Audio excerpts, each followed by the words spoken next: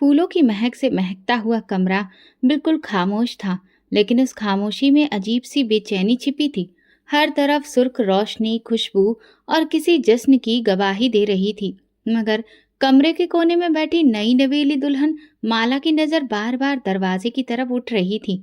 वो लाल और सुनहरे काम वाले लहंगे में बड़ी हसीन लग रही थी, लेकिन उस तस्वीर में खुशी का रंग कहीं दूर छूटा था। दरवाजा खुला और कमरे में रजत की मामा की बेटी दाखिल हुई। उसकी सांस फूली हुई थी, चेहरे पर घबराहट थी। भाभी, बुआ जी की तबीयत बहुत खराब हो गई है। भैया उन्हें अस्पताल ले गए हैं। माला की आंखों में एक लम्हे के लिए हैरत की झलक आई। फिर वो धीरे से बोली, क्या हुआ उन्हें? ब्लड प्रेशर बहुत ज्यादा हाई हो गया है। वो बात भी नहीं कर पा रही थी। भैया जल्दी में थे, तुरंत अस्पताल चले गए। ये कहकर वो पलट गई। माला कमरे में अकेली रह गई। अब फूलों की महक उसे बोझ लगने लगी। उसका लहंगा उसका दम घोटने लगा। शादी की रात का जो सपना उसने बरसों से सजाया था, वो इस तरह से अकेलेपन में गुजरेगी, ये तो उसने कभी सोचा भी नहीं था। माला ने फोन उठाया और अपनी माँ को कॉल मिलाई। माँ, आपको पता है, अभी तो मेरी शादी की रात है और रजत अपनी माँ को लेकर अस्पताल चला गया। दूसरी तरफ से उसकी माँ की आवाज आई, कटी कटी मगर जहर में डूबी हुई। देखा, यही होता है जब लड़का माँ का गुलाम होता है। माला, तुम्हें अभी से सीखना होगा, वरना पूरी जिंदगी उसी माँ के साए तले दबकर गुजरेगी। माँ, मगर अगर वाकई उनकी तबीयत खराब थी तो? अरे बेवकूफ लड़की, यही तो वो चालाक औरतें करती हैं। सुहाग रात ही खराब कर दी लड़की की। पहले शुरुआत ही तोड़ कर रखी, ताकि सारी जिंदगी में सर न उठा सके। तुम्हें अपनी जगह बनानी है तो उन्हें नीचे दिखाना होगा। माला चुप हो गई। दिल तो चाहा कि कह दे माँ, शायद वाकई उनकी तबीयत खराब हो, मगर माँ की बातों का जहर धीरे धीरे दिल में उतरने लगा। वो सास को बस एक बीमार औरत नहीं, एक चालाक दुश्मन समझने लगी। एक ऐसा दुश्मन जिसकी मोहब्बत उसकी जिंदगी और उसके सपनों को निगलने के लिए तैयार हो। रात ढल गई। माला अकेली बिस्तर पर लेटी रही। कभी आंखें बंद करके रजत के सपनों में खो जाती, तो कभी अपनी माँ के शब्द याद करने लगती। सुबह होने को थी जब रजत वापस आया। उसके चेहरे पर थकान और फिक्र के आसार दिख रहे थे। माँ कैसी है? माला ने हल्की आवाज में पूछा। अब ठीक है, लेकिन डॉक्टर ने उन्हें आराम करने को कहा है और कुछ दिन के लिए बिल्कुल भी तनाव से दूर रखने को बोला है। माला ने खामोशी से सिर हिला दिया, मगर दिल में एक चिंगारी सी लग गई। उसे महसूस हुआ कि रजत की सारी तवज्जो, उसकी फिक्र, उसका वक्त सब उसकी माँ के लिए है, और वो बस एक खूबसूरत हकीकत की तरह है जो सिर्फ उसकी पत्नी ही बनी रही। दोपहर में माला की माँ उससे मिलने आई। उनके लहजे में हमदर्दी कम और गुस्सा ज्यादा था। मेरी बेटी को सुहाग रात भी नसीब नहीं हो पाई, और वजह वही सास। देख लो माला, ये तो अभी शुरुआत है। तुम्हें इस घर में अपनी पहचान बनानी होगी। तुम ये जज्बाती ड्रामा से खुद को बचाना। माला ने सिर हिलाया। उसकी आंखों में खामोश विद्रोह उभर आया था। मोहब्बत की जगह अब जिद ने ले ली थी, और ये जिद आने वाले दिनों को एक तूफान में बदलने वाली थी। रात को जब रजत कमरे में आया, माला ने करवट बदल ली। रजत ने हैरत से पूछा, क्या बात है? तुम मुझसे नाराज हो? तुम्हें क्या फर्क पड़ता है? तुम्हारे लिए तो सबसे अहम तुम्हारी माँ है। माला का तीखा लहजा देखकर उसने कहा, ऐसी बातें क्यों कर रही हो माला? माँ सच में बीमार थी। मैं क्या करता? अगर वो बीमार थी तो उनको आपकी जगह कोई और भी तो अस्पताल लेकर जा सकता था। रजत ने ठंडी सांस ली और चुप हो गया। उसने सोचा, ये बस शादी के शुरुआती दिनों का दबाव है, सब ठीक हो जाएगा। मगर वो नहीं जानता था कि जो बीज आज दिलों में बोया जा रहा है, वो कल जहर उगलेगा। पहली रात गुजर गई, लेकिन उस रात की खामोशी में दरार की पहली ईंट रख दी गई थी। सुबह का सूरज कमरे की खिड़की से छन छन कर अंदर दाखिल हो रहा था, लेकिन मन की आंखों में रोशनी नहीं, सिर्फ शिकायतें थीं। रजत अपनी माँ संतोषी की दवाइयाँ और नाश्ता लेने के चक्कर में व्यस्त था, और माला इधर सजी सवरी बिस्तर पर अकेली लेटी थी। कल रात की नाराजगी आज सुबह एक बहस बन चुकी थी, जो हर बात में चुभने लगी थी। वो धीरे से बोली, आपके लिए चाय तैयार है, माँ जी के लिए भी एक कप रख लेना, उनकी शुगर कम है आज। रजत ने नरमी से कहा और तौलिया लेकर बाथरूम की तरफ बढ़ गया। माला ने अपने होंठ कस के दबा लिए। दिल चाहा कि कुछ बोले, मगर खुद को रोक लिया। लेकिन खामोशी का मतलब सुकून नहीं होता। दिल की दीवारों पर जो शब्द नहीं बोले जाते, वो और भी गहराई छोड़ जाते हैं। दोपहर के बाद रजत कमरे में आया। माला अब भी तैयार हुई थी, चेहरे पर हल्की सी उम्मीद की चमक थी।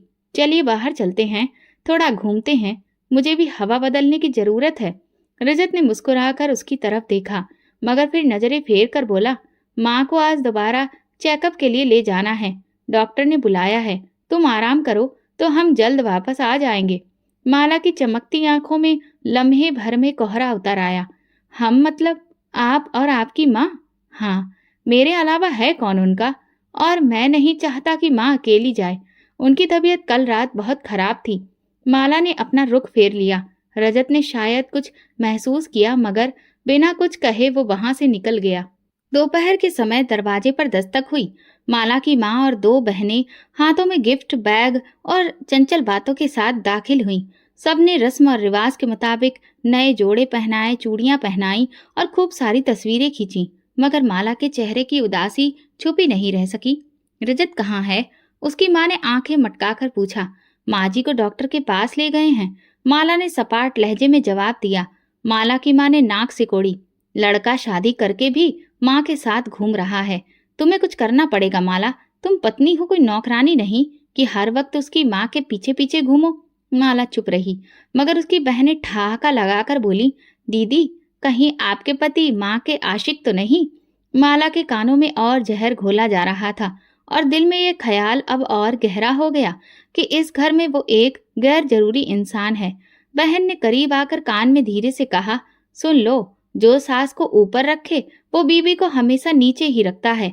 तुम्हें वक्त पर अपनी जगह लेनी होगी, अगर आज नहीं तो कल वो तुम्हारे यहाँ से निकल जाएगा। शाम ढल चुकी थी। राजत जब वापस आया तो दरवाजे पर जूतों की कतार देखकर चौंका। माँ को सहारा देकर अंदर लाया। माला की माँ ने सिर्फ औपचारिकता के लिए उनका हाल चाल पूछा और फिर संतोषी जी को ऊपर से नीचे तक अपनी नजर से तोला, जैसे परख रही हो कि ये औरत आखिर कितनी कमजोर है। फिर संतोषी जी ने धीरे से जवाब दिया, आप पहले से बेहतर हैं, और अपने कमरे में चली गई। रजत आकर सबके साथ बैठने की कोशिश करने लगा, मगर माँ के कमरे से हल्की सी खांसी की आवाज आई तो फौरन उठ खड़ा हुआ।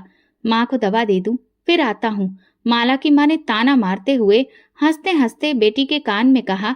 ये मर्द तुम्हारे काबू में नहीं आएगा जब तक इसकी माँ इस घर में है। रात को माला ने रजत से बात छेड़ी, कब तक हम यूं ही रहेंगे? आपकी हर बात में बस माँ होती है। रजत ने ठंडे लहजे में कहा, माँ बीमार है, अभी तो उन्हें ज्यादा ध्यान और ख्याल की जरूरत है, और वैसे भी तुमने तो दिन भर अपनी माँ के साथ वक्त गुजारा। हाँ, लेकिन वो मेरी माँ है और मैं उनकी बेटी, लेकिन आप तो मेरे पति हैं। लेकिन आपको तो ये महसूस ही नहीं होता। रजत चुप रहा और कमरे में खामोशी छा गई। माला की आंखों में अब सिर्फ एक जिद थी। ये माँ बेटे का रिश्ता जो उसे नजरअंदाज कर रहा था, उसे तोड़कर ही दम लेगी। सुबह के धुंधलके में जब परिंदे चहचहाने लगे और घरों के किचन से हल्की आंच पर चाय के खौलने की आवाज आने लगी, तब संतोषी जी की आंख खुली। वो बिस्तर पर बैठकर धीरे से अपने पैरों को जमीन पर रखा। सर्दी की वजह से टाइल्स उनके वजूद में कांटे बनकर चुभ रहे थे। उन्हें अपनी शुगर का ख्याल था, नाश्ता वक्त पर नहीं मिले तो हाथ पांव कांपने लगते हैं। उन्होंने हल्की आवाज में माला को पुकारा, जो दूसरे कमरे में थी, लेकिन वहां से कोई जवाब नहीं आया। काफी देर गुजर गई। आखिरकार वो खुद उठकर किचन की तरफ गई। अलमारी में से बिस्किट का एक डिब्बा निकाला और पानी के गिलास से 2 गोलियां निगल ली। दिल में माला के ठंडे रवैये पर एक चुपचाप टीस सी उठी। उधर माला के कमरे में टीना, उसकी छोटी बहन की हंसी की आवाज आ रही थी। वो आराम से कपड़े चुन रही थी और सोशल मीडिया पर नए नए वीडियो शेयर कर रही थी। दीदी, आप सच में अपनी सास के लिए सुबह सुबह नाश्ता तैयार करती हैं? टीना ने ठहाका लगाते हुए पूछा। कभी कभी, जब दिल करे, वैसे भी तो वो खुद ही कर लेती हैं। माला ने बड़े गुरूर से गर्दन उठाकर कहा। तो क्या हुआ अगर वो शुगर की मरीज हैं? आप कोई नर्स थोड़ी ना हैं। टीना की बात में जहर छुपा था। रजत निचली मंजिल से ऊपर आया तो दरवाजे से अपनी माँ को सहारा देते देखा। दिल घबरा गया। माँ, आपने नाश्ता नहीं किया क्या? क्या करती बेटा, तुम्हारी पत्नी व्यस्त थी, मैंने बिस्किट से गुजारा कर लिया। रजत ने माला को गुस्से से देखा, मगर वो टीना के साथ ऐसे व्यस्त थी जैसे कुछ सुना ही ना हो। उसके होठों पर मुस्कुराहट फैली रही, लेकिन अंदर एक तूफान उठ चुका था। दोपहर को जब मोहल्ले की औरतें जमा हुई तो माला ने चाय ऐसे अंदाज में पेश की जैसे वो एहसान कर रही हो। बातों बातों में एक औरत बोली, माला बेटा, शादी को अब तो साल भर होने को आया है, कोई खुशखबरी कब सुना रही हो? माला के चेहरे का रंग उड़ गया। किसी ने कहा, अरे तुम तो बहुत खूबसूरत हो, बस भगवान तुम्हें औलाद भी दे। तभी एक और बुढ़िया ने धीरे से कहा, पिछले हफ्ते वो गीता बता रही थी कि उसकी बहू उम्मीद से है, सुना है वो भी झूठी ही निकली। माला ने चाय का कप रख दिया और सीधा अपने कमरे में चली गई। टीना, जो अभी भी वहीं बैठी थी, उसके पीछे जाकर दरवाजा बंद किया। दीदी, ये औरतें तो सूली पर चढ़ा देती हैं। माला की आंखों में आंसू थे, मगर वो रोई नहीं। उसने शीशे में खुद को देखा और धीरे से कहा, सब मेरे खिलाफ हैं। उसी वक्त संतोषी जी अंदर आईं। माला ने तुरंत अपना पल्लू ठीक किया और सिर झुका लिया। बेटा, वो औरतें तो गंवार हैं, जलन से भरी हैं, उनकी बातों को दिल पर ना लो। भगवान सबको सब कुछ वक्त पर देता है, तुम फिक्र ना करो। संतोषी जी का लहजा नरम था, लेकिन माला को लगा जैसे वो हमदर्दी के पर्दे में उसे जख्म दे रही हो। अच्छा है माँ जी, मगर कुछ बातें इंसान के दिल में चुभ जाती हैं, और जब हर बात पर सवाल उठे तो बर्दाश्त करना मुश्किल हो जाता है। संतोषी जी पल भर को खामोश रहीं, फिर बोली, बेटा, मैं तुम्हारी सास हूँ, दुश्मन नहीं। अगर तुम्हें कोई बात महसूस हो रही है तो तुम मुझे बता सकती हो। माला ने आंखें उठाकर उनकी तरफ देखा, लेकिन कुछ कहे बिना कमरे से बाहर निकल गई। संतोषी जी का दिल बैठ गया। वो जानती थी अब वो वक्त नहीं रहा जब बहू माँ की तरह सास को अपना मानती थी। शाम को रजत वापस आया तो माला ने नाराज होकर कहा, अब मुझे सब लोग बांझ समझने लगे हैं और आपने कभी मेरा साथ नहीं दिया। रजत ने परेशान होकर उसके पास बैठते हुए कहा, मैं तुम्हारे साथ हूँ, मगर तुम खुद इतनी दूर रहती हो कि मुझे समझ नहीं आता कि कैसे तुम्हें संभालूं। संभालने की जरूरत ही नहीं, सिर्फ मेरी इज्जत करो। ये माँ के ताने, औरतों की बातें, ये सब खत्म होनी चाहिए। रजत चुप हो गया। उसके सामने माँ की बीमारी, पत्नी की शिकायतें और घर की कलह सब एक साथ खड़ी थी। रात के सन्नाटे में जब पूरा घर अंधेरे में डूबा था, माला अपनी आंखों में नींद की बजाय बेचैनी की चुभन लिए बिस्तर पर करवटें बदल रही थी। बाहर कहीं दूर से कुत्ते के भौंकने की आवाज आ रही थी और कमरे में हल्की रोशनी में रजत सुकून से सो रहा था। माला के दिल में एक नई तपिश पैदा हो रही थी। मन में मोहल्ले की औरतों की बातें गूंज रही थीं। पता नहीं ये लड़की किस नसीब से आई है, औलाद भी नहीं हुई और सास भी साल भर से बिस्तर पर ही पड़ी है। पता नहीं क्या माहौल होगा इनके घर का। माला ने धीरे से आंखें बंद की, मगर एक चेहरा बार बार सामने आता रहा। संतोषी का चेहरा, जो दिखने में नरम था मगर माला की नजर में अब एक साजिश वाला चेहरा बन चुका था। अगली सुबह नाश्ते की मेज पर खामोशी छाई थी। रजत अखबार पढ़ रहा था और संतोषी जी दवा खा रही थी। माला ने चाय का कप रजत के सामने रखा और खुद कोने में बैठ गई। माला, तुम नाश्ता नहीं करोगी? संतोषी जी ने नरमी से पूछा। माला ने बिना देखे जवाब दिया, मुझे भूख नहीं है। रजत ने अखबार एक तरफ रखा, माला की तरफ देखा, लेकिन कुछ कहे बिना दोबारा चाय की चुस्की लेने लगा। कुछ पल बाद माला के सब्र का पैमाना लबालब हो गया। वो एकदम से बोली, रजत, मुझे तुमसे एक बात करनी है, लेकिन वादा करो कि तुम जज्बाती नहीं होगे। रजत ने सर हिलाया। कहो, क्या हुआ? तुम्हारी माँ मुझे कई तरह की बातें कहती हैं। रजत का चेहरा एकदम सख्त हो गया। क्या? किसने कहा तुमसे? किसी ने कुछ नहीं कहा, खुद सुना है। मैंने सुना था कि वो अपनी सहेली से फोन पर बात कर रही थी। कह रही थी कि मैं तो किस्मत की मारी हूँ, बहू आए भी तो बांझ। रजत की सांस फूलने लगी। उसने गुस्से से कहा, माला, तुम जानती हो माँ ऐसी बात नहीं कह सकती। अगर तुम्हें मुझ पर यकीन नहीं है तो कोई बात नहीं, मगर हर रोज मुझे उन औरतों की बातें सुनाई पड़ती हैं, और अब तुम्हारी माँ की जहर भरी बातें भी। भला मैं कहाँ जाऊं? रजत ने मेज पर जोर से हाथ मारा। बस करो, बहुत हो गया। तुम्हारी हर बात में मेरी माँ को तुम क्यों घसीट लाती हो?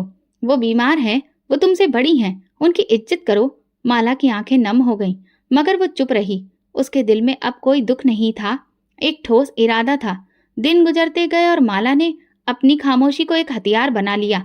एक दिन जब रजत ऑफिस गया था, संतोषी जी ने माला को आवाज दी, बेटा, मेरा ब्लड प्रेशर कम हो रहा है, जरा नमकीन लस्सी बना दो। माला ने दूर से जवाब दिया, अभी मैं व्यस्त हूँ, आप खुद बना लीजिए। संतोषी चुप रही। थोड़ी देर बाद जब माला किचन में आई तो देखा कि संतोषी जी ने खुद ही लस्सी बना ली थी और कांपते हाथों से गिलास उठा रही थी। एक लम्हे को माला के अंदर कुछ अजीब सा हुआ, मगर उसने इस एहसास को झटक दिया, बहुत ड्रामेबाजी आती है इन्हें। उसने दिल ही दिल में सोचा। शाम को रजत ने माँ की तबीयत पूछी तो वो बोली, ठीक हूँ बेटा, बस थोड़ी कमजोरी थी। मैंने माला को लस्सी बनाने को कहा, लेकिन उसने सुना ही नहीं। तभी माला ने तुरंत कहा, मैं किचन में व्यस्त थी। रजत ने सर हिलाया मगर कुछ कहा नहीं। माला ने अपनी माँ को तुरंत कॉल किया और सारी बात उन्हें बताई। दूसरी तरफ उनकी माँ ने जवाब दिया, अब तुम्हें समझ आ रहा है, वो औरत कभी तुम्हें अपना नहीं मानेगी। तुम्हें वो इसी तरह से धीरे धीरे जख्म देगी। अब वक्त है बदला लेने का, मोहब्बत से नहीं नफरत से। माला ने आईने में खुद को देखा। उसके चेहरे पर अब मासूमियत नहीं थी, आंखों में एक अनजानी रोशनी थी। संतोषी जी जो हर रोज भगवान से प्रार्थना करती थी, अब उनके मन में थकान और सवाल थे। शायद एक ही फरियाद थी कि बेटे की मोहब्बत सच है या फिर उसकी पत्नी की कहानी जीत जाएगी। और माला वो दिल से फैसला कर चुकी थी। बदगुमानी अब नफरत में बदल चुकी थी और वो उस नफरत को खामोशी से, चुपचाप लेकिन पूरी शिद्दत से समेटने लगी थी। संतोषी जी अब बड़ी बेचैन रहने लगी थी। रजत दफ्तर जा चुका था। माला पहले से भी ज्यादा चुप थी और उसकी खामोशी में किसी तूफान का आभास था। उसने नाश्ता बनाया मगर संतोषी जी के कमरे में जानकारी देना भी ठीक नहीं समझा। संतोषी जी कुछ देर बाद खुद दरवाजा खोलकर बाहर निकली तो किचन में चूल्हे पर पड़ी खाली कढ़ाई को देखकर वापस लौट गई। 10:30 बज चुके थे। इसके बाद माला ने धीरे से माँ जी के कमरे की चाबी ली और दरवाजा बाहर से बंद कर दिया। दरवाजे की दूसरी तरफ अंदर संतोषी जी नींद में लेटी थी, लेकिन जब कुछ देर के बाद उठकर बाहर निकलने की कोशिश की तो दरवाजा बिल्कुल नहीं हिला। उन्होंने दोबारा हैंडल घुमाया, दरवाजा पूरी तरह से बंद था। माला, माला दरवाजा खोलो बेटा। लेकिन बाहर खामोशी थी। संतोषी जी का दिल धड़कने लगा। क्या लाइट चली गई है? शायद माला सुन नहीं पा रही हो। वो खुद को तरह तरह की बातें समझाने लगी और दरवाजे पर दस्तक देने लगी। फिर आवाज ऊंची की, बेटा मैं बंद हो गई हूँ, खोलो। लेकिन किचन में माला चाय के कप के साथ बैठी अपनी माँ से फोन पर बात कर रही थी। बस माँ, आज पहला सबक पढ़ा दिया है। बंद कमरे में भूख और प्यास जब सिसकियां बनकर गूंजती हैं तो गुरूर खुद ब खुद घुटने टेक देता है। दूसरी तरफ उसकी माँ ने खूब तारीफ करना शुरू कर दी। बहुत अच्छा, अब देखना वो खुद तुम्हारे कदमों में आएगी। दोपहर की धूप बढ़ने लगी। कमरा अंदर से भट्टी बन चुका था। संतोषी जी की शुगर नीचे जा रही थी। उन्होंने दीवार के सहारे बैठने की कोशिश की। हे भगवान, ये कौन सी परीक्षा है? पानी भी नहीं है। हे भगवान, मेरी बहू को कुछ तो समझा दो। उनके होंठ सूख चुके थे, आवाज भारी हो चुकी थी, लेकिन वो बार बार दरवाजे पर दस्तक देती रही। अंदर वक्त रुक गया था और बाहर माला के दिल में नफरत का तूफान उठ रहा था। शाम के करीब रजत की गाड़ी गेट के सामने रुकी। वो रोज की तरह ठहाके लगाता अंदर आया। माला ने सोफे पर लेटने की एक्टिंग शुरू कर दी और पानी की कुछ बूंदें लेकर आंखों पर छिड़क ली। अब वो पूरी तरह तैयार थी। रजत पास आकर बोला, माला क्या हुआ? तुम्हारी तबीयत ठीक नहीं लग रही। माला ने धीरे से आंखें खोली। बस सर में बहुत दर्द है, दिल घबरा रहा है, शायद ब्लड प्रेशर का मामला है। रजत तुरंत पानी लेने के लिए उठा और नरमी से बोला, तुमने कुछ खाया था? चलो डॉक्टर के पास ले चलता हूँ। इसी वक्त संतोषी जी के कमरे से धीमी सी आवाज आई, जैसे कोई बहुत थका हुआ हो और बेहोश होने वाला हो। वो लगातार पुकार रही थी। रजत चौंक गया। माँ! उसने जल्दी से कमरे की तरफ दौड़ लगाई। दरवाजा खोलने लगा तो अंदाजा हुआ कि वो तो बाहर से बंद है। बेचैनी से उसने तेजी से दरवाजा खोला। सामने संतोषी जी जमीन पर हल्की बेहोशी की हालत में दिखी।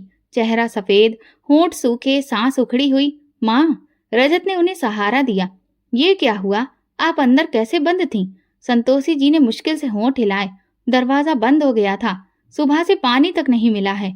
रजत ने बेयकीनी से माला को देखा, फिर तेजी से पानी का गिलास लाकर दिया। माँ की हालत देखकर वो घबरा गया। तुरंत किचन में आया, माला को देखा और सख्त लहजे में बोला, माँ सुबह से कमरे में बंद थी, पानी तक नहीं पिया। माला ने आंखों पर हाथ रख लिया। मुझे कुछ याद नहीं, शायद सफाई करते करते दरवाजा बंद हो गया। मेरी तबीयत भी तो खराब हो गई थी। रजत ने एक लम्हे को उसे शक से देखा, फिर माँ की हालत को याद किया और तुरंत उनके पास चला गया। वो बिस्तर पर लेटी थी, आंखों में नमी थी, लेकिन जुबान पर कोई शिकायत नहीं थी, सिर्फ खामोशी। रात को जब रजत माँ के पास बैठा था, माला आईने में खुद को देख रही थी। उसकी आंखों में जीत की झलक थी। रजत कमरे में दाखिल हुआ और माँ को यूं बैठे देखकर चौंका। माँ, आपने नाश्ता नहीं किया? संतोषी जी ने धीरे से सिर हिलाया। बेटा, खुद ही कुछ बना लिया था। रजत ने सुकून की सांस ली और पलटने लगा जब संतोषी जी की जुबान से वो बात निकली जो दिल में कई दिनों से दबी थी। रजत, मुझे तुमसे एक बात करनी है। जी माँ। उस दिन मैं कमरे में खुद से बंद नहीं हुई थी। दरवाजा बाहर से बंद किया गया था। मैं माला को आवाज दे रही थी, मगर उसने दरवाजा नहीं खोला। रजत की आंखों में एकदम हैरानी थी, लेकिन साथ ही उलझन भी। माँ, माला ने बताया था कि सफाई करते करते दरवाजा खुद ब खुद बंद हो गया था और वो बीमार भी थी। संतोषी जी ने बेबस निगाहों से बेटे को देखा। रजत, मैं झूठ क्यों बोलूंगी? पानी के लिए तरसते हुए दरवाजे पर कितनी बार दस्तक दी, मगर किसी ने नहीं सुना। रजत ने कुछ कहे बिना रुख मोड़ लिया। माँ, कोई बहम भी तो हो सकता है। माला ऐसी नहीं है। अगर कुछ होता तो वो मुझे जरूर बताती। कहकर वो कमरे से निकल गया और पीछे रह गई सिर्फ संतोषी जी, जिनके चेहरे पर अब दुख की लकीरें थीं। उन्होंने आसमान की तरफ देखा। होठों पर एक सिसकी आकर दम तोड़ गई। बेटे पर अंधा भरोसा अब दिल को काटने लगा था। माला ने पीछे से सारी बातें सुन ली थी। दोपहर में माला ने पूजा करने का बहाना किया और आंखें बंद करके भगवान के आगे बैठ गई। वो बार बार प्रार्थना कर रही थी, हे भगवान, मेरी जिंदगी से ये औरत हटा दो। ये दीवार जो मेरी खुशियों के बीच खड़ी है वो गिर जाए। मेरे पति को सिर्फ मेरा कर दो। ये सब बोलते हुए उसके चेहरे पर सुकून आ रहा था, जैसे किसी ने उसके दिल का बोझ हल्का कर दिया हो। उधर संतोषी जी ने अब हर बात पर खामोश रहना सीख लिया था। वो अपने सारे काम अब खुद ही कर लेती थी। रजत अभी यही समझता रहा कि सब ठीक है। उसकी पत्नी उसकी नजरों में एक बहुत ही अच्छी, सेवा करने वाली और नरम दिल महिला थी, और माँ शायद उम्र के इस हिस्से में नाजुक हो गई थी। हर बात को दिल पर ले लेती थी। एक रात जब संतोषी जी हल्के बुखार से जूझ रही थी, उन्होंने माला को आवाज दी, बेटा जरा पानी दो। माला जो कमरे में ही मौजूद थी, उसने सुना मगर छुप गई। कुछ पल खामोश रही, फिर जब दोबारा आवाज आई तो कमजोरी और लड़खड़ाहट के साथ माला ने अपने दिल में कहा, जितना शोर मचाना है मचा लो, अब कोई तुम्हारी आवाज पर नहीं आएगा। आखिरकार संतोषी जी खुद ही उठी, कांपते कदमों से पानी का गिलास भरा और खुद ही दवा ली। जब वापस आई तो दरवाजे के पीछे खड़ी माला ने झांक कर उनकी कमजोरी का मंजर देखा और दिल ही दिल में तंजिया मुस्कुराई। अब खुद ही सब करना पड़ेगा। तुम्हें एहसास होगा कि मेरी जगह कितनी मजबूत है और तुम्हारी क्या हैसियत है। इस घर में सब कुछ चल रहा था, नाश्ता, दोपहर का खाना, शाम की चाय, रजत का आना जाना, लेकिन उन सबके बीच रिश्ते खामोशी से एक अजीब सी उलझन का शिकार हो रहे थे। ये जंग अब कोई खुली लड़ाई नहीं रही थी, बल्कि वो खामोश जंग थी जो धीरे धीरे शरीर में घुसकर सांसें भी छीन लेती है। संतोषी जी की आंखों में अब एक ही प्रार्थना थी, भगवान मेरे बेटे को सच दिखा दे। लेकिन उनकी प्रार्थना पर भी माला की दुआओं की धूल जम चुकी थी और घर की हवा में अब सिर्फ अंधा भरोसा, झूठी पूजा पाठ और खामोशी का जहर फैला था। धीरे धीरे 3 साल बीत गए। वक्त में बहुत कुछ बदल गया था। चेहरों पर लकीरें, लहजों में थकान और रिश्तों में वो खालीपन जिसे कोई शब्दों में बयां नहीं कर सकता। लेकिन एक सुबह जब माला ने हाथ में टेस्ट रिपोर्ट देखी तो उसकी आंखों में पहली बार खुशी की चमक आ गई। रजत, बधाई हो, मैं माँ बनने वाली हूँ। रजत की आंखों में रोशनी लौट आई। वो मुस्कुराया, माला के माथे पर हाथ फेरा और धीरे से बोला, भगवान ने हमारी प्रार्थना सुन ली। उसी शाम मिठाई का डिब्बा हाथ में लिए वो संतोषी जी के कमरे में दाखिल हुआ। माँ, माला उम्मीद से थी। उनकी आंखों से खुशी के आंसू झलक पड़े। मेरा पोता या पोती। वो बड़ी मुश्किल से खुद को संभाल सकी और बोली, अब जो भी हो, बस मेरी बरसों की दुआ आज भगवान ने सुन ली। माला ने दरवाजे की ओर से सब कुछ देखा।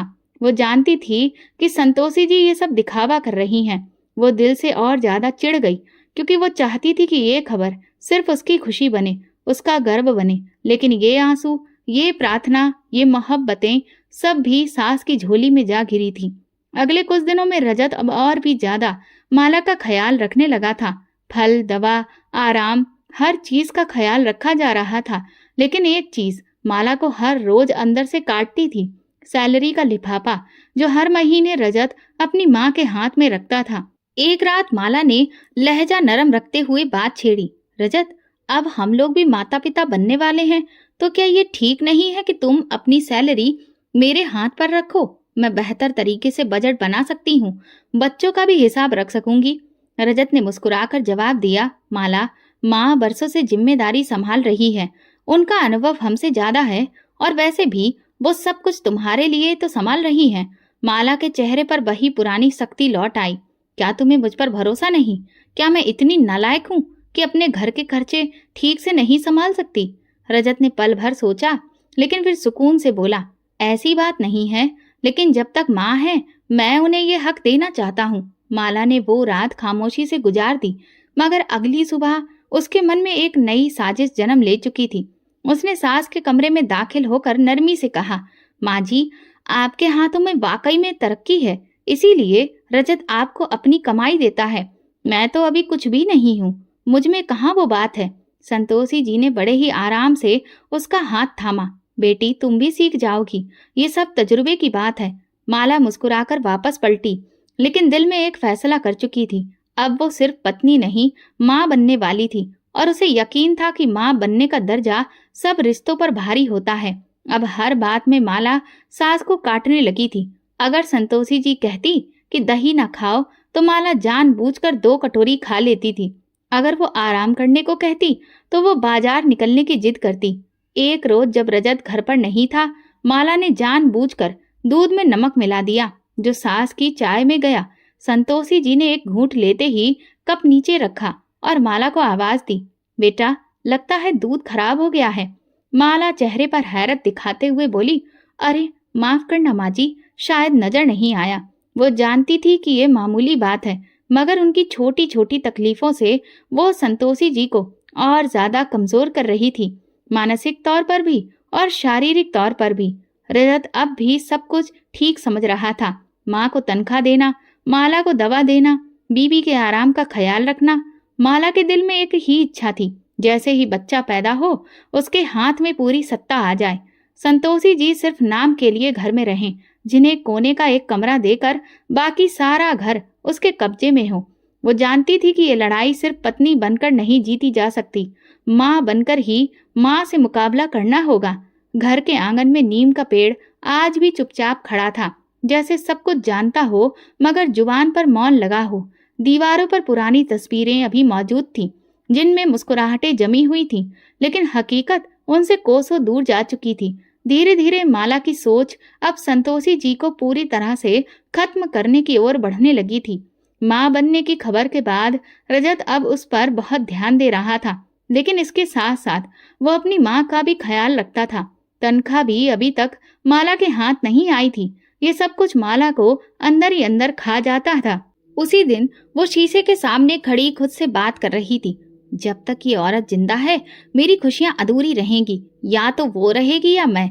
ये ख्याल उसके दिमाग में पहली बार नहीं आया था, बल्कि वो तो पहले ये इरादा बना चुकी थी।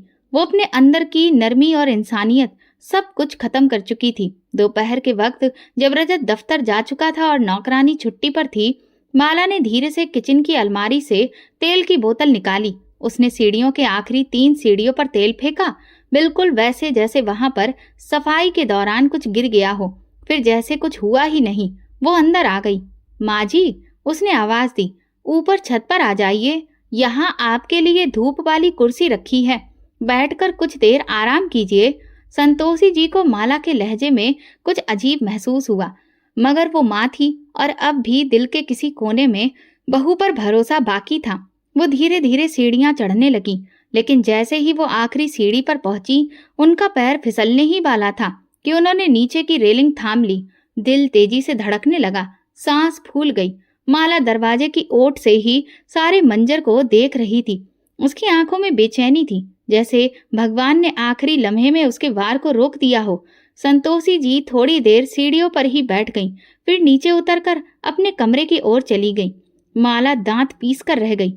अब भी बच गई ये औरत, मौत को भी हरा देने वाली निकली ये तो। वो गुस्से से बिफर पड़ी और खुद ही सीढ़ियों की सफाई के बहाने ऊपर जाने लगी। जैसे ही उसने तेल पर कदम रखा, एक चीख हवा में गूंज गई। माला का संतुलन बिगड़ा, पांव फिसला और वो जोर से नीचे आ गिरी। सिर के पीछे सीढ़ियां लग गईं और कमर में ऐसी चोट आई कि एक लम्हे के लिए सांस रुक गई। घर के अंदर खामोशी छा गई, मगर कुछ ही पल बाद संतोषी जी दौड़ती हुई बाहर निकली। उन्होंने बहू को जमीन पर गिरा पड़ा देखा, लगभग बेजान, और खून की एक लकीर पास से बहती हुई दिखी। माला की चीख रजत तक पहुंची, जो काम से जल्दी लौटने ही वाला था और दरवाजे पर ही था। रजत अपनी पत्नी की हालत देखकर बिल्कुल बदहवास हो गया। एम्बुलेंस बुलाई गई, अस्पताल ले जाया गया। कई घंटे की मशक्कत के बाद डॉक्टर ने खामोशी से कहा, हमें अफसोस है, हम बच्चे को नहीं बचा सके। रजत की दुनिया जैसे थम गई। वो कुर्सी पर बैठ गया, दोनों हाथों से चेहरा ढक लिया। संतोषी जी एक तरफ खड़ी थी, आंखों में आंसू मगर दिल में अजीब सी बेचैनी। ना जाने क्यों उन्हें महसूस हुआ कि यह हादसा नहीं था। घर वापसी पर माला चुप थी, दर्द से चूर मगर हारी हुई थी। उसके चेहरे पर दुख तो था, मगर आंखों में वही चमक बाकी थी, नफरत की और दोबारा वार करने की। संतोषी जी ने उसके लिए फल और दवा लाने की कोशिश की, मगर माला ने हाथ झटक लिया। मैं खुद सब कर लूंगी, आप रहने दें। रजत ने अपनी माँ की ओर देखा, फिर पत्नी की ओर। वो कुछ भी नहीं समझ पा रहा था, बस वक्त को इल्जाम दे रहा था। मगर वक्त खामोश तमाशा ही नहीं होता, वो याद रखता है और जवाब भी देता है। इस बार माला अपनी ही साजिश का शिकार हो चुकी थी, लेकिन ये सिर्फ एक कदम था। वो हार मानने वाली नहीं थी। उसे यकीन था अगली बार उसका वार कामयाब होगा। और संतोषी जी, वो अब पहले से ज्यादा चौकन्नी थी, मगर दिल के किसी कोने में ये सवाल जरूर जन्म ले चुका था, क्या मेरी बहू मेरी मौत की प्रार्थना करती है? अस्पताल से वापसी को एक हफ्ता बीत चुका था और घर की हवा अजीब सी थी, लेकिन अंदर ही अंदर एक नई घुटन जन्म ले चुकी थी। माला के चेहरे पर अब नफरत के साथ साथ नई चालाकी भी झलक रही थी, और संतोषी जी की आंखों में एक ही सवाल था, वो सवाल जो दिल में हर लम्हा गूंजता था मगर जुबान पर नहीं आता। रजत हर रात माला के पास बैठता, उसे तसल्ली देता, उसका दुख बांटने की कोशिश करता। माला लेकिन चुप रहती, जैसे कुछ कहना चाहती हो मगर हिचकिचा रही हो। आखिरकार एक शाम उसने रजत का हाथ थामा और धीरे से कहा, रजत, अगर मैं कुछ कहूं तो क्या तुम भरोसा करोगे? तो मैं अभी भी कुछ कहने से पहले सोचते हो, क्या तुम कमजोर हो शारीरिक और मानसिक तौर पर? मगर कहो, क्या बात है? माला ने नम आंखों से चेहरा घुमाया। मैंने खुद सीढ़ियों पर तेल नहीं गिराया था, मुझे भरोसा है कि वो तेल किसी और ने जानबूझकर डाला था। रजत का दिल धड़कने लगा। किसी और ने? माला ने बेहद मासूम लहजे में कहा, मैं कैसे कहूँ, मगर वो जगह माजी के कमरे के बिल्कुल बाहर है। और वही कह रही थी, ऊपर जाओ, धूप में बैठो। मुझे शक है रजत, शायद उन्होंने ही। ये सुनते ही रजत का दिल बैठने लगा। तुम ये क्या कह रही हो? माला रोने लगी। मैं इल्जाम नहीं लगा रही, सिर्फ अपना दर्द बांट रही हूँ। अगर वो मेरी माँ होती तो शायद ऐसा ना होता। मैं तो बस यही सोच रही हूँ, मेरे साथ ऐसा क्यों हुआ? रजत के दिल में एक बार फिर से द्वंद्व शुरू हो गया। वो जानता था कि उसकी माँ ऐसी नहीं है, मगर हालात और हादसा कुछ और ही दावा कर रहे थे। अगली सुबह वो सीढ़ियों की तरफ गया जहाँ हादसा हुआ था। सीढ़ियों के किनारे तेल के दाग अब भी लगे थे, जो सफाई के बावजूद पूरी तरह से हट नहीं सके थे। उसने दीवार का कोना देखा जहां से तेल फिसल कर नीचे तक आया था, ठीक उसी जगह जहां उसकी पत्नी गिरी थी।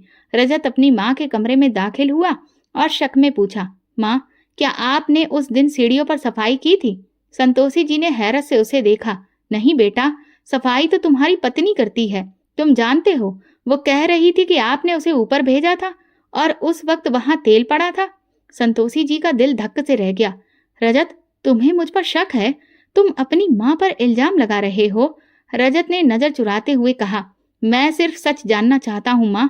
मेरी पत्नी ने अपना बच्चा खोया है और सीढ़ियों पर तेल आपके कमरे के पास से गया है। संतोषी जी की आंखों में नमी उतर आई। बेटा, मैं तुम्हारी माँ हूँ। मेरी झोली में तुमने बचपन में सर रखा है। क्या तुम वाकई समझते हो कि मैं अपनी बहू और अपने आने वाले पोते को नुकसान पहुंचाऊंगी?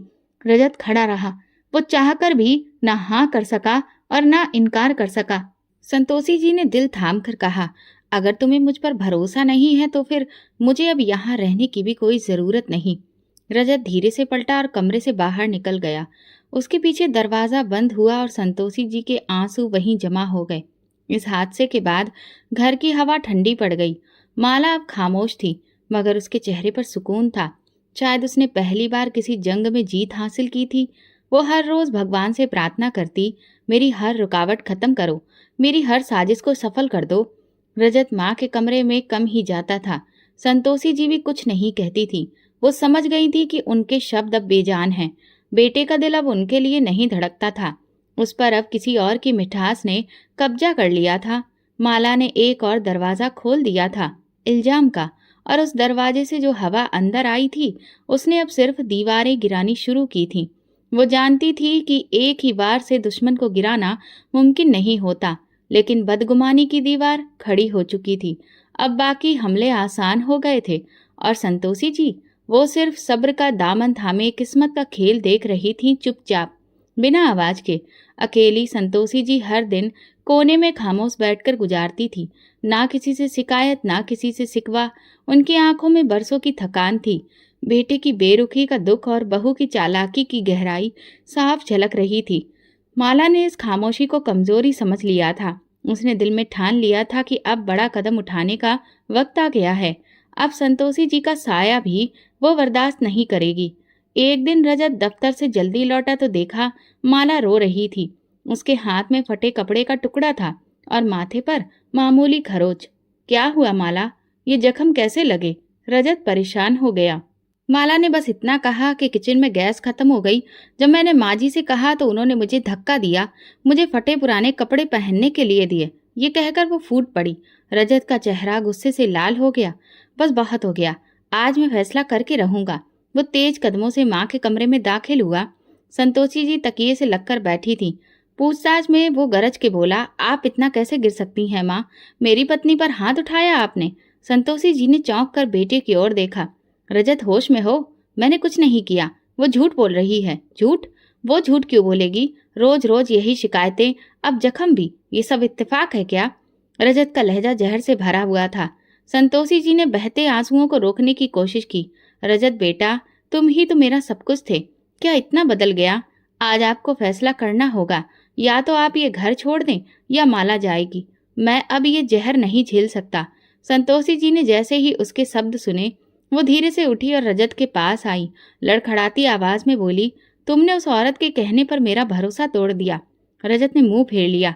आप खुद ही देख रही हैं हालत आप कैसी है। और फिर वो लम्हा आ गया जिसकी किसी ने कल्पना भी नहीं की थी। रजत ने गुस्से में माँ का बाजू पकड़ा और दरवाजे की ओर ले जाने लगा। संतोषी जी की कमर लड़खड़ाई, आंखों से आंसू बह रहे थे, लेकिन जुबान से बस एक ही बात निकली, रजत, जिस दिन भगवान अपनी लाठी इंसाफ के लिए उठाएगा, उस दिन जो बोया गया है वही काटा जाएगा। दरवाजा बंद हुआ और संतोषी जी घर से बाहर निकाल दी गई। उनका बिस्तर, उनकी रामायण की किताब, उनकी दवाएं सब कमरे में रह गई। बस वो नहीं थी। माला खिड़की के पर्दे के पीछे से इस मंजर को देख रही थी। चेहरे पर सुकून, होठों पर दबी मुस्कान और आंखों में जीत की चमक। कुछ घंटे बाद उसने अपनी माँ और बहनों को घर बुला लिया। घर में ठहाके गूंजने लगे, मीठे पकवान बनने लगे और हर कोने में खुशबू फैल गई। माला के मायके वाले ऐसे आए जैसे किसी बड़ी जंग की जीत का जश्न मनाने आए हों। अब ये घर सिर्फ तुम्हारा है बेटी, माँ ने उसे सीने से लगाकर कहा। अब यहाँ सिर्फ तुम्हारा राज चलेगा। रजत, जो अपनी माँ को निकाल कर बैठा था, उन आवाजों से परेशान होकर कमरे में चला गया। उसका दिल बहुत वजन सोच रहा था, लेकिन भगवान का जख्म उसे खामोश रखे था। संतोषी जी, जिनके बिना ये घर कभी शांत नहीं होता था, अब कहीं किसी खामोश गली के कोने में एक बुजुर्ग चारपाई पर बैठी होंगी। अब उनकी प्रार्थनाएं बद्दुआओं में बदल चुकी थीं और माला, उसे पता था कि एक माँ को घर से निकालना जीत नहीं, मगर अगर मकसद पूरा करना है तो कुर्बानी जरूर होती है। मगर जो बद्दुआ किसी माँ की सिसकियों से निकले, वो आसमान तक जरूर जाती है। संतोषी जी की बद्दुआ हवा में तैरने लगी थी। इंसाफ की चक्की चलने को तैयार थी। वक्त कभी खामोश रहता है, कभी चीख कर इंतकाम लेता है। अब तो माला की खुशहाली परवान चढ़ रही थी। अब वो रजत की पूरी तनख्वाह संभालती थी, बाजार के खूब चक्कर लगाती, दोस्तों के साथ पार्टी करती और कभी कभी उसी सीढ़ी पर बैठकर चाय पीती जहां कभी उसने साजिशें की थी। रजत अब भी चुप था। एक दिन दोपहर की धूप नरम थी। घर में नई नौकरानी सफाई कर रही थी। सीढ़ियों के कोने में सर्फ से भरी बाल्टी उसने जरा सी लापरवाही से छोड़ दी। पानी और सर्फ के असर से सीढ़ियां चिकनी हो चुकी थीं। माला मोबाइल पर बात करते हुए नीचे आ रही थी। उसके कदम तेज थे, लहजा बुलंद और चेहरा घमंड से चमक रहा था। देखा माँ, मैं पहले ही कहती थी, ये घर अब सिर्फ मेरा है, पूरी तरह से। अब मुझे कोई रोकने वाला नहीं बचा। वो बूढ़ी औरत तो बद्दुआ देती चली गई, मैंने कुछ सुना ही नहीं। उसी पल एक चीख आसमान चीरती हुई बुलंद हुई। माला का पांव फिसला, संतुलन बिगड़ा और वो पूरी ताकत से सीढ़ियों से गिरती हुई नीचे जा पहुंची। कमरे में गूंजती हंसी एकदम से मातम में बदल गई।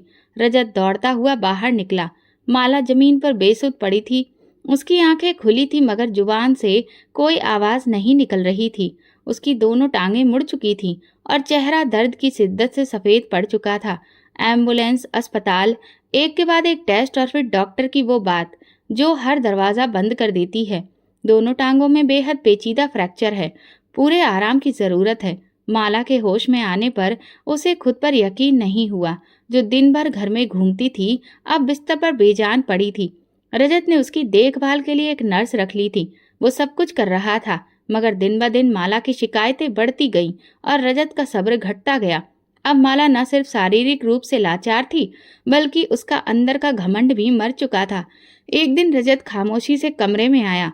उसके हाथ में कागजों का पुलिंदा था। माला ने कमजोर आवाज में पूछा, ये क्या है? रजत ने एक नजर उस पर डाली और फिर नजर फेर ली। तलाक के कागज हैं। मैंने फैसला कर लिया है, तुम अब मेरे साथ नहीं रह सकती। माला का शरीर तो पहले ही टूट चुका था, अब आत्मा पर भी आखिरी वार हो गया था। रजत, तुम भी? हाँ, मैं भी, वो सख्त लहजे में बोला। जिस घर को तुमने नफरत से बर्बाद किया, जिस माँ को तुमने बेइज्जत कर बाहर निकाला, आज उसी की बद्दुआ ने तुम्हें बिस्तर पर पहुंचा दिया है। मगर मैं अब और तुम्हारे साथ नहीं रह सकता। तुम्हारी जंग, तुम्हारी शादी, तुम्हारी अकड़ सब खत्म हो चुकी है। माला ने आंखें बंद की। आंसू बहने लगे, मगर अब कोई पूछने वाला नहीं था, कोई सहारा देने वाला नहीं रहा। कुछ दिन बाद एक एम्बुलेंस उसे उसके मायके के दरवाजे पर छोड़ गई। जिस माँ ने उसे सास के खिलाफ साजिश करने के लिए उकसाया था, वही अब बेटी की लाचारी का बोझ उठाने से कतराने लगी। इसलिए उन्होंने अपनी बेटी को अपनाने से साफ मना कर दिया। ये देखकर रजत फिर थक हार कर माला को वापस अपने ही घर ले आया। अब घर की रोशनी में वो आवाजें सब छिन चुकी थीं और कहीं दूर एक मंदिर के कोने में संतोषी जी साधारण कपड़ों में प्रार्थना कर रही थी। माला को लाचार हुए कई हफ्ते बीत चुके थे। उसकी झूठी सानो शौकत और आवाज की खनक बीते दिनों की बातें बन चुकी थी। रजत चुपचाप, गंभीर और अकेला रहने लगा था। माँ की कमी उसके वजूद में गूंजने लगी थी, जैसे हर खामोश लम्हा संतोषी जी को आवाज दे रहा हो। लेकिन गुरूर की दीवार अब भी बीच में थी। इस दौरान पुरानी नौकरानी जो माला के हादसे के बाद छुट्टी पर चली गई थी, अचानक वापस आई। रजत ने भर्राए स्वर में पूछा, तुम कहाँ थी? उसने नजरी झुका ली, फिर धीरे से बोली, बेटा मैं तो उस दिन से बेचैन हूँ जब माला बिटिया गिरी, और मैं सच नहीं बोल सकी। रजत चौंका, क्या मतलब? सच क्या है? नौकरानी ने गहरी सांस ली। सीढ़ियों पर तेल आपकी माँ ने नहीं गिराया था। मैंने वो बाल्टी सीढ़ी से बहुत दूर रखी थी। वो माला बिटिया ही थी जिन्होंने खुद जाकर वहां पर तेल गिराया था, संतोषी जी के लिए। रजत की आंखों के सामने अंधेरा छा गया। कदम लड़खड़ाने लगे और दिल जैसे किसी नाजुक शीशे की तरह टूटने लगा। तुम सच कह रही हो? उसकी आवाज घबरा गई। हाँ बेटा, मैंने अपने कानों से सुना था। वो किसी से फोन पर बात कर रही थी और उसके शब्द थे, अब की बार तो मुझे कामयाब होना ही होगा। रजत की आंखों के सामने पिछले 3 सालों का हर पल किसी फिल्म की तरह दौड़ने लगा। माँ की खामोशी, बहू के इल्जाम, अपना शक और वो सारी बातें जब उसने अपनी माँ को घर से निकाला था। भगवान, मैंने अपनी माँ के साथ क्या किया? वो जमीन पर बैठ गया, दोनों हाथों से चेहरा छुपाकर रो पड़ा। नौकरानी खामोशी से दरवाजे से बाहर चली गई। रजत जैसे कि मलबे में दबा हुआ इंसान था जो सिर्फ प्रार्थना कर रहा था, मेरी माँ ठीक हो। मैं उनसे माफी मांगना चाहता हूँ भगवान, सिर्फ एक बार मुझे उनसे मिला दो। वो अपनी माँ की तलाश में निकल पड़ा। रिश्तेदारों, मोहल्ले वालों, मंदिरों और ओल्ड एज होम्स तक उन्हें ढूंढता रहा। आखिरकार कई दिनों बाद उसे एक मंदिर में अपनी माँ दिख गई। उसकी सांसें जैसे रुक गईं। वो तेजी से वहां पहुंचा। कमरे के कोने में सफेद साड़ी में उसकी माँ खामोश बैठी रामायण पढ़ रही थी। चेहरे पर पहले से ज्यादा झुर्रियां थीं, आंखें धुंधली लेकिन सुकून भरी। वो धीरे से अपनी माँ के पास गया और बोला, माँ। संतोषी जी ने नजर उठाई। इस लम्हे में खामोशी छा गई। रजत दौड़कर उनके कदमों में गिर गया। माँ, मुझे माफ कर दो। मैं बहुत जालिम बन गया था, अंधा हो गया था। आपकी मोहब्बत, आपकी कुर्बानी सब भूल बैठा। संतोषी जी की आंखों से आंसू बह निकले। उन्होंने रजत के सिर पर हाथ रखा और होठों से शब्द निकले, मैंने कभी बद्दुआ नहीं दी बेटा, सिर्फ भगवान से इंसाफ मांगा था, बस इतना ही। रजत ने माँ के हाथ थाम लिए। चलिए माँ, घर चलिए। वो घर जिसकी दीवारें आपके बिना खामोश हैं, अब वहां पर सिर्फ आपकी मर्जी चलेगी। उस शाम संतोषी जी घर में वापस दाखिल हुई, जहां से उन्हें धक्के देकर निकाला गया था। घर की दीवारें जैसे शर्मिंदा थीं और हवा में खामोशी की माफी गूंज रही थी। माला कमरे में बेबस खामोश लेटी थी। जब संतोषी जी कमरे के दरवाजे पर पहुंची तो माला ने नजरें चुराईं। होंठ हिले लेकिन आवाज बंद हो गई। संतोषी जी ने सिर्फ एक नजर डाली, फिर पीछे मुड़ गईं। ना कोई ताना, ना शिकायत, सिर्फ सुकून से खामोशी। क्योंकि जिन्हें भगवान इज्जत देता है, उन्हें दूसरों को नीचा दिखाने की जरूरत नहीं होती। रजत ने अपनी माँ के कदमों को छुआ और उस रात घर की हवा में बरसों बाद एक सुकून उतर आया। अब ये घर पूरा हो चुका था और इंसाफ भी। ये कहानी हमें बताती है कि माँ बाप के साथ किया गया जुल्म कभी खाली नहीं जाता। उनकी दुआएं और बद्दुआएं आपकी किस्मत का रुख बदल सकती हैं। झूठ और साजिश आपको कुछ वक्त तक फायदा दिला सकती हैं, लेकिन अंजाम हमेशा सच्चाई और इंसाफ के ही हक में होता है। तो दोस्तों, अगर आपको हमारी कहानी पसंद आई तो कमेंट करके ज़रूर बताएं। वीडियो को लाइक करें और ज़्यादा से ज़्यादा शेयर करें। अगर आप चैनल पर नए हैं तो सब्सक्राइब जरूर करें और नोटिफिकेशन बेल दबाएं ताकि अगली अपडेट सबसे पहले आपको मिले। धन्यवाद।